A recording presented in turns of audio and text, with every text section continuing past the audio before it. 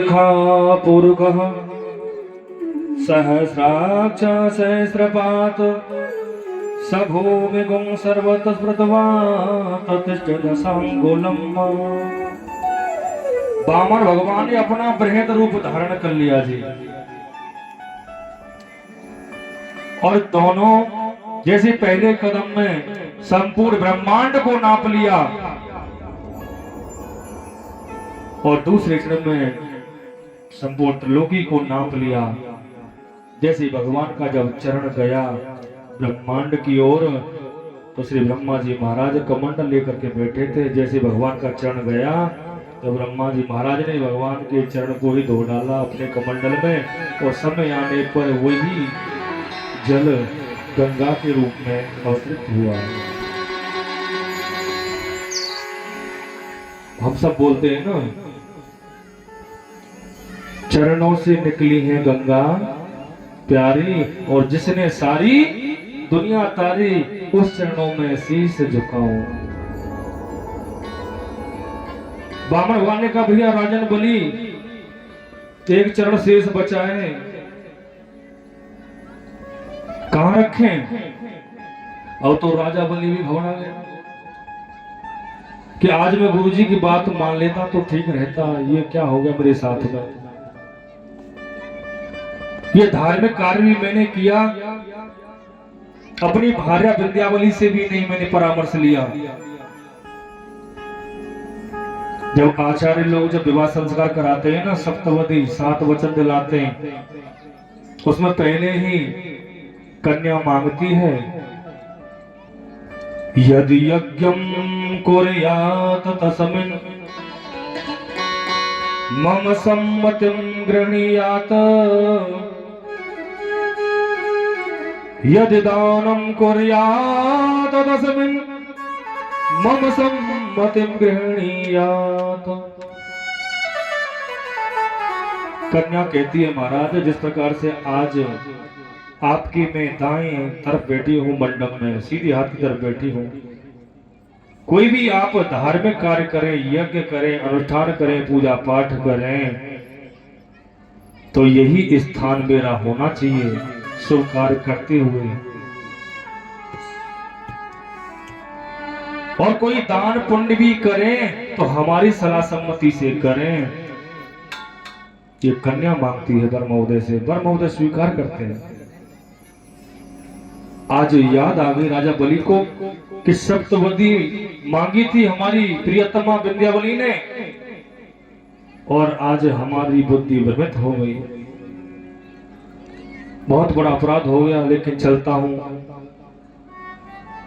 पत्नी के पास में आए, नेत्रों में आंसू भरे हुए हैं, देवी मुझसे बहुत बड़ी त्रुटि हो गई है, बहुत बड़ा अपराध बन गया है।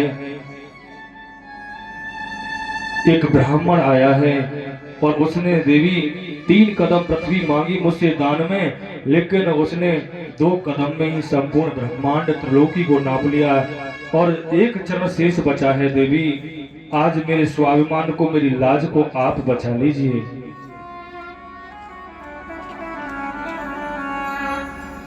इसलिए शास्त्र कहते हैं भगवत प्रेमियों, नारी चाहे तो घर को स्वर्ग बना दे, नारी चाहे तो घर को नरक कांटा बना दे। नारी कोई भोग्य नहीं, नारी प्रशंसा की पात्र भी है।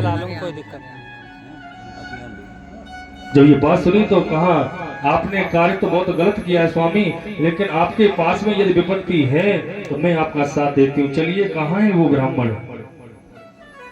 पत्नी को साथ में लेकर के यज्ञशाला में आए, और वामन भगवान तो मंद ही मंद मुस्कुरा रहे हैं। मां विंध्यावली ने कहा, आप हैं ब्राह्मण? भगवान ने कहा हाँ, हमको ही कहते हैं वामन। तो आपने क्या मांगा? भगवान ने कहा ज्यादा कुछ नहीं मांगा, बस केवल 3 कदम पृथ्वी मांगी थी। बोले कितना ले लिया आपने? बोले 2 कदम ले लिए, 1 बचा। तो मां विंध्यावली ने कहा, ब्राह्मण देवता मैं आपसे प्रश्न कर सकती हूँ क्या? वामन भगवान ने कहा कीजिए, क्या करना चाहती हैं आप? माँ विंध्यावली ने बड़ी सुंदर बात कही, वामन भगवान से ध्यान दें कि महाराज एक बात बताइए आप कि धन बड़ा होता है या धन का मालिक बड़ा होता है? वामन भगवान भी सोच में पड़ गए कि अब हम फंसने वाले हैं। मन बनाया था कि राजा बलि को छलूंगा, लेकिन अब तो ऐसी स्थिति बनने जा रही है कि मैं स्वयं छल बैठा। माँ विंध्यावली का महाराज धन बड़ा होता है या धन का मालिक बड़ा होता है? वामन भगवान बोले, दीदी आप जो पूछ रही हो ना, धन से तो अधिक जो बड़ा होता है ना, वो धन का मालिक बड़ा होता है।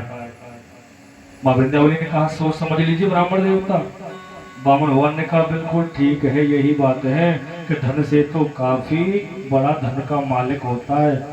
तो माँ विंध्यावली ने कहा, प्रभु आपने हमारे धन को नापा है, लेकिन धन के मालिक तो आपके सामने खड़े हुए हैं। आप अपने इसी चरणों को हमारे मस्तक पर रख दीजिए। आज वामन भगवान के चरणों को पकड़ करके राजा बलि विंध्यावली दोनों प्राणियों ने मिलकर के भगवान के चरण अपने मस्तक पर विराजमान कर लिए। आज वामन भगवान के आंखों में आंसू आ गए। धन्य है राजन तेरी भक्ति को बलि, मैंने तो मन बनाया था कि मैं तुझे छलूंगा, लेकिन मैं तो स्वयं छल बैठा।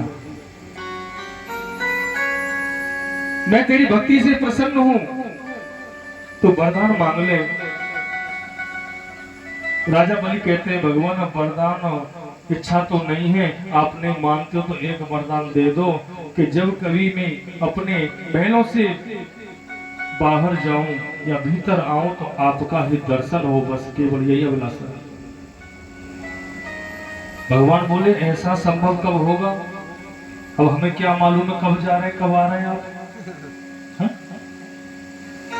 इसका मतलब ये कि चौकीदार बनना पड़ेगा, क्योंकि चौकीदारी रहता है खड़ा हुआ। भगवान पहरेदार बन गए भगवत प्रेमियों। नारद जी ने वैकुंठ में बताया माता लक्ष्मी को, माँ आप यहाँ हैं, और भगवान नारायण राजा बलि के लोक में पहरेदार बन गए। माँ लक्ष्मी ने विचार किया कि राजा बलि की इतनी हिम्मत कि मेरे पति को ही अधीन बना लिया, और जहां पर मेरा स्वामी है तो वहीं मेरा निवास है, मैं उनके बिन नहीं रह सकती। आज माता लक्ष्मी ने मन बनाया कि राजा बलि ने मेरे पति को छला है, तो आज मैं भी उसे छल करके आऊंगी, चाहे कुछ भी हो जाए। भगवत प्रेमियों, धीरे धीरे आ रहा है श्रावण मास का महीना, जिसे कहते हैं पूर्णिमा तिथि। मन बना लिया कि आज उसको भाई बना करके मैं छल करके आऊंगा। अपने हाथ में रक्षा सूत्र ले लिया, माता लक्ष्मी ने चलिया, और यहीं से रक्षाबंधन का पर्व प्रारंभ हुआ। बहुत प्रेम, राजा बलि के यज्ञशाला के सम्मुख आई, पहरेदारों ने रोक लिया, कहां से आई हो, कौन हो तुम? माता लक्ष्मी ने कहा, भैया राजा बलि की मैं बहन हूं। बहन हो आप? बोले हाँ। पहरेदार सोचने लगे कि हमने तो सुना है कि राजा बलि की एक ही बहन थी रत्नमाला, लेकिन आज हमें ज्ञात हो गया कि दूसरी भी बहन है कोई। ठीक है, संदेशा देते हैं तुम्हारा, चिंता मत करो। माता लक्ष्मी दर्दनी का रूप लेकर के गई हैं। भगवत प्रेमियों, 7 जगह से साड़ी फटी हुई है, नेत्रों में आंसू बह रहे हैं, नेत्रों में जो काजल है ना, वो काजल बह करके कपोलों को स्पर्श कर रहा है, ऐसी स्थिति है माता लक्ष्मी। राजा बलि से कहा, महाराज एक युवती यज्ञशाला की सम्मुख खड़ी हुई है और आपको भाई बताती है। क्या? बोले हाँ। ठीक है, आदर से भेजो। माता लक्ष्मी जी आई। राजा बलि ने पूछा, कौन है आप, क्या नाम है? माता लक्ष्मी ने कहा, भैया अब क्यों पहचानोगे? माता पिताओं ने शादी कर दी थी हमारी बहुत समय पहले, और भैया मैं निर्धन परिवार में ब्याही गई।